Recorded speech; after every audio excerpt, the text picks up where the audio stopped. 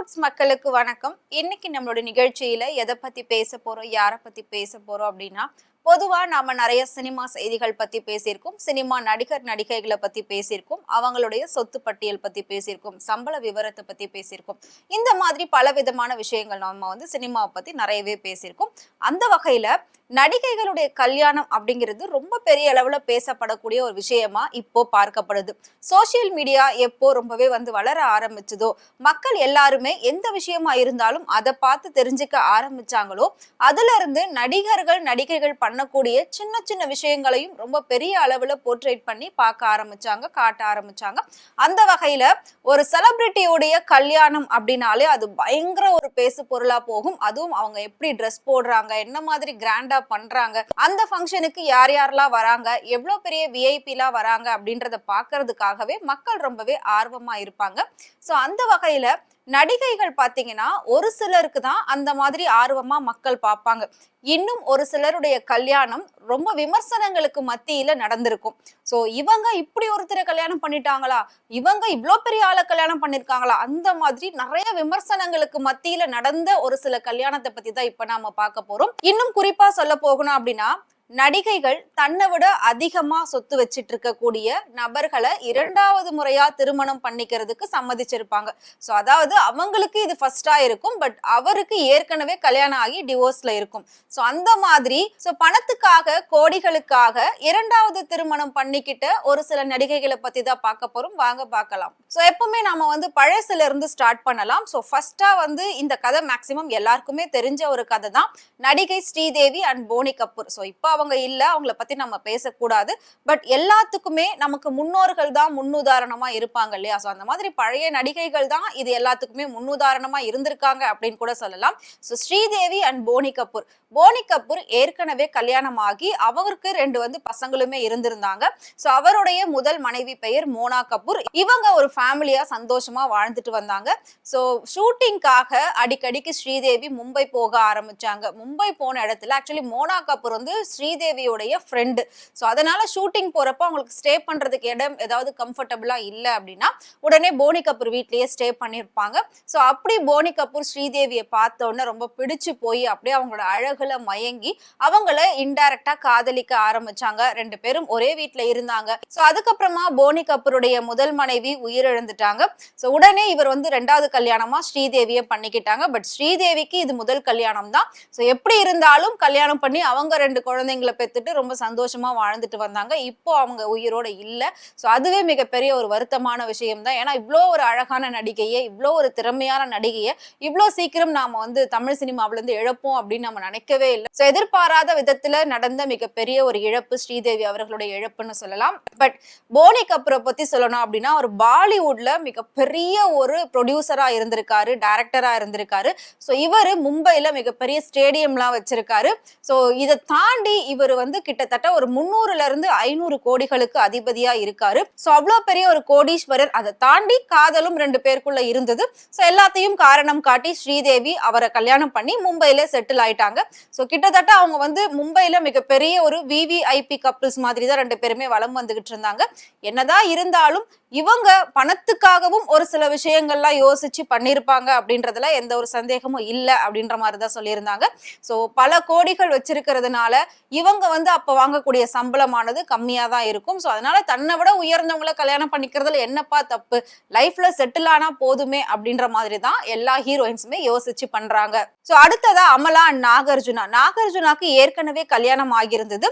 But அமலாவோட அவர் படம் நடிக்கிறப்ப அவருக்கு அமலாவை ரொம்ப பிடிச்சு போயிடுச்சு. 2 பேருமே ரொம்ப வருஷமா காதலிச்சிருக்காங்க, யாருக்கும் தெரியாம. சோ இந்த விஷயம் நாகார்ஜுனா வீட்டுக்கு தெரிய வந்ததுக்கு அப்புறமா அவங்க ஃபேமிலிக்குள்ள பிரச்சனை ஏற்பட்டு விவாகரத்து அப்படின்னு சொல்லிட்டு அவங்க போயிட்டாங்க. அடுத்ததா உடனே இவர் அமலாவை காதலிச்சு கல்யாணம் பண்ணிக்கிட்டாரு. கல்யாணம் பண்ணி நாக சைத்தன்யா அப்படிங்கிற ஒரு அழகான குழந்தையும் பெத்தெடுத்திருக்காங்க. சோ இந்த மாதிரி பல விஷயங்களும் நடந்திருக்கு. சோ இப்போ பாத்தீங்கன்னா தெலுங்கு நடிகர்கள்லே மிகப்பெரிய கோடீஸ்வர நடிகர் அப்படின்னா அதுல முதல் இடத்துல இருக்கக்கூடியவர் தான் நாகார்ஜுனா. சோ இவருக்கு கிட்டத்தட்ட 100 இல்ல 200 இல்ல 500 இல்லங்க 2000 கோடி சொத்து இருக்கு அப்படின்னு சொல்லப்பட்டிருக்கு. இவங்க தெலுங்கு இண்டஸ்ட்ரியிலேயே ஓனா ஜெட் வச்சிருக்கக்கூடிய ஒரு ஃபேமிலியாவும் விஷயமாகவும் பார்க்கப்படுது. பொதுவா ஜெட் வந்து பெரிய பெரிய அரசியல்வாதிங்க, அதாவது சிஎம் லெவல்ல இருக்கக்கூடியவங்க தான் வச்சிருப்பாங்க. பட் நடிகர்களையும் ஒரு சிலர் வச்சிருக்காங்க. ஸோ அந்த வகையில பார்க்குறப்போ நாகார்ஜுனாவுமே பார்த்தீங்கன்னா ஓனா ஜெட் வச்சிருக்காங்க. அவங்க ஃபேமிலியா எங்கேயாவது போகணும் அப்படின்னாலே அவங்க ஜெட்ல தான் போவாங்களாம். ஸோ அந்த அளவுக்கு அவங்க வந்து 2000 கோடி சொத்துக்கள் வச்சிருக்காங்க. ஸோ இப்போ அந்த 2000 கோடி சொத்துக்களுக்கு அதிபதியா தான் அமலா வாழ்ந்துட்டு இருக்காங்க. ஸோ இப்படி ஒரு வாழ்க்கைக்காக 2வது கல்யாணமா இருந்தா என்ன, 3வது கல்யாணமா இருந்தா என்ன, ஸோ பண்ணிக்கலாம் அப்படின்ற மாதிரி தான் யோசிச்சு பண்ணியிருப்பாங்க. ஸோ அடுத்ததா கண்டிப்பா உங்க எல்லாருக்குமே தெரிஞ்சிருக்கும். நம்ம இந்த கல்யாணத்தை வந்து ரொம்ப பெரிய அளவுல பேசியிருக்கோம். ரொம்ப விமர்சனங்களுக்கு மத்தியில தான் இவங்களோட கல்யாணமே நடந்தது. ஸோ அதுல எந்த ஒரு மாற்று கருத்துமே கிடையாது. யாரு அவங்க அப்படின்னு பாத்தீங்கன்னா வரலட்சுமி நிக்கோலாய் சச்தேவ். ஸோ இவங்களுடைய கல்யாணம் மிகப்பெரிய அளவுல பேசப்பட்டது. ஏன் அப்படின்னா வரலட்சுமி வந்து எவ்வளவு சின்ன பொண்ணு, ஏன் இவங்க வந்து இப்படி பண்றாங்க, ஏன்னா அவங்களோட ஹஸ்பண்ட் பாத்தீங்கன்னா பயங்கர பல்கா இருப்பாங்க. ஸோ இவர் எவ்வளவு பெரிய ஒரு ஆளு அப்படின்ற மாதிரிலாம் எல்லாரும் யோசிச்சாங்க. பட் அவரு ஏற்கனவே கல்யாணம் பண்ணி டிவோர்ஸ் ஆனவர். அவருக்கு ஒரு 15 வயசுல பொண்ணும் இருக்காங்க.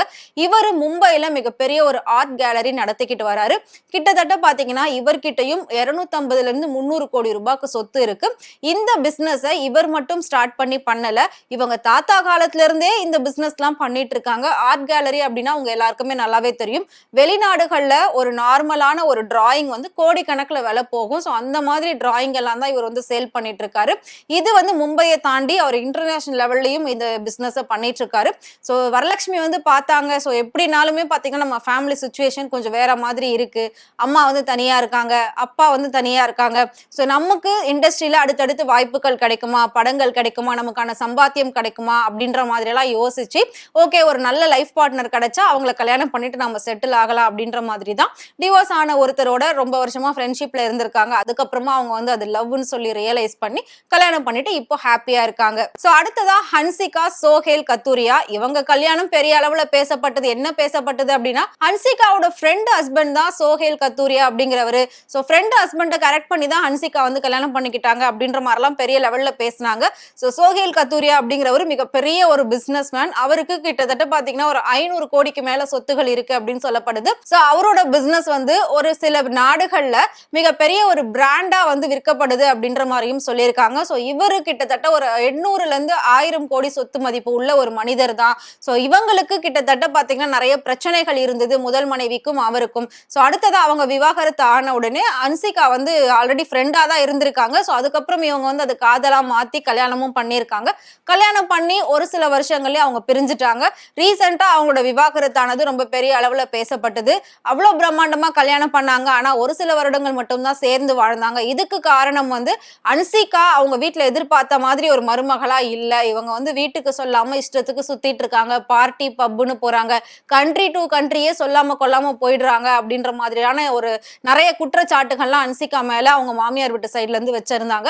சோ இது எல்லாத்தையும் பார்த்த ஹன்சிகா ஓகே டிவோர்ஸ் பா, உன்னோட சொத்து எனக்கு வேணாம் அப்படின்ற மாதிரி வந்து மொத்தத்தையும் விட்டுட்டு டிவோர்ஸ் பண்ணிக்கலாம்னு சொல்லி வந்துட்டாங்க. பட் அப்படி சொன்னவங்க கிட்டத்தட்ட டிவோர்ஸ்க்கு ஜீவனாம்சமா 100 கோடி ரூபாய் வந்து வேணும்ன்ற மாதிரி கேட்டு வாங்கியிருக்கிறதாவே சொல்லப்படுது. சோ அதோடைய கரெக்டான ஒரு இன்ஃபர்மேஷன் என்ன அப்படின்னு நமக்கு தெரியாது. பட் அவங்க 100 கோடி ரூபாய் ஜீவனாம்சம் கேட்டதா சொல்லியிருக்காங்க. சோ இவரு கிட்டத்தட்ட 800ல இருந்து 1000 கோடி சொத்து வச்சிருக்காரு. ஒரு 100 கோடி கொடுத்திருப்பாரு அப்படின்னு தான் நம்ம நினைக்கிறோம். சோ இதை வச்சு கண்டிப்பா ஹன்சிகா மேற்கொண்டு அவங்க லைஃப்ல நிறைய செட்டில் ஆயிருக்கலாம். ஏன் அப்படின்னா இப்ப வந்து அவங்களுக்கு வாய்ப்புகளே கிடையாது. சோ நிறைய சோசியல் சர்வீஸ் வந்து ஹன்சிகா பண்ணிட்டு இருக்காங்க. நிறைய குழந்தைங்களை தத்தெடுத்து வளர்த்துக்கிட்டு இருக்காங்க. அவங்களுக்கான ட்ரீட்மெண்ட் செலவெல்லாமும் பார்த்துட்டு இருக்கிற மாதிரி நிறைய நியூஸ் எல்லாம் நம்ம கேள்விப்பட்டிருக்கோம். பட் அது எந்த அளவுக்கு உண்மைன்றது நமக்கு தெரியாது. அதுல ஒரு சில நடிகைகள்ல முக்கியமானவங்களை சொல்லணும் அப்படின்னா சமந்தாவை சொல்லலாம். ஏன்னா சமந்தாவும் கிட்டத்தட்ட பாத்தீங்கன்னா 500க்கும் மேற்பட்ட குழந்தைகளை தத்தெடுத்து அவங்களுக்கான படிப்பு செலவு, ட்ரீட்மெண்ட் செலவு இது ரெண்டுத்தையும் பார்த்துக்கிட்டு இருக்காங்க. அது வந்து ஒரு ட்ரஸ்ட் மூலமா பண்ணிட்டு இருக்காங்க. அடுத்ததான் நம்ம யாரை பார்க்க போறோம் அப்படின்னா ஏற்கனவே அமலா அண்ட் நாகார்ஜுனாவை நம்ம பார்த்தோம். சோ தந்தை எவ்வழியோ மகனும் அவ்வழியே அப்படிங்கிற மாதிரி நாக சைத்தன்யாவும் பாத்தீங்கன்னா சமந்தாவை முதல்ல காதலிச்சு கல்யாணம் பண்ணியிருந்தாரு. சோ அவங்களோட கல்யாணம் கூடிய சீக்கிரமே முடிவுக்கு வந்துருச்சு. இப்படி ஒரு லைஃப் எனக்கு வேணாம்ப்பா அப்படின்னு சொல்லி அந்த லைஃபை தூக்கி போட்டுட்டு அங்க இருந்து சமந்தா வெளியில வந்துட்டாங்க. இதுக்கு காரணம் என்ன அப்படின்னு பாத்தீங்கன்னா நாகார்ஜுனா ரொம்ப ட்ரெடிஷ்னலான ஒரு ஃபேமிலி. சோ அவங்க ஃபேமிலியில வரக்கூடிய பெண்கள் முன்னாடி நடிக்கலாம், ஆனா கல்யாணத்துக்கு அப்புறம் எல்லாம் நடிக்க கூடாது, சினிமா பக்கம் போக கூடாதுன்ற மாதிரி ஒரு ரெஸ்ட்ரிக்ஷன் வச்சிருக்காங்க. அமலா இதை ஃபாலோ பண்ணியிருக்காங்க. சோ அதனால அடுத்து அப்படியே அவங்க ஹவுஸ் ஒய்ஃபா ஆகிட்டாங்க. அதே மாதிரி சமந்தாவும் இருப்பாங்கன்னு நினைச்சு கல்யாணம் பண்ணாங்க. பட் சமந்தா அந்த சொல்றியான்ற பாட்டு பண்ணதுல இருந்தே இவங்க குடும்பத்துல மிகப்பெரிய அளவுல பூகம்பம்லாம் வெடிச்சிருக்கு. சோ அதனால இந்த பொண்ணே வேணாம்ப்பா அப்படின்ற மாதிரி டிவோர்ஸ் பண்ணிட்டாங்க. பண்ணிட்டாங்க. சோ அதுல இருந்து வெளியில வந்த சமந்தா மும்பைல போயிட்டு ஒரு சில வெப் சீரிஸ் பண்ணியிருந்தாங்க. அந்த வெப் சீரிஸ் டைரக்ட் பண்ண டைரக்டரையே அவங்க வந்து லவ் பண்ணி கல்யாணம் பண்ணிக்கிட்டாங்க. சோ அவரும் ஏற்கனவே கல்யாணம் ஆகி டிவோர்ஸ் ஆனவர் தான். சோ அதே மாதிரி ஒவ்வொருத்தருமே இந்த மாதிரி விஷயங்கள் பண்ணிட்டு இருக்காங்க. இதுல நாக சைத்தன்யா தெலுங்கு நடிகையான சோபிதா துலிபாலாவை காதலிச்சு 2வது முறையா திருமணம் பண்ணிக்கிட்டாரு. சோ சோபிதா துலிபாலா அப்படிங்கிறவங்க தெலுங்குல நடிகை தான். ஆனா ரொம்ப பெரிய நடிகை அப்படின்லாம் நம்ம சொல்லிட முடியாது. சோ ஒரு ஆவரேஜான ஒரு நடிகை தான். ஒரு சில படங்கள் மட்டும் தான் அவங்களுக்கு வந்து பெரிய லெவல்ல ஹிட் கொடுத்திருக்கு. மத்தபடி எல்லாம் பெருசா போனது இல்ல.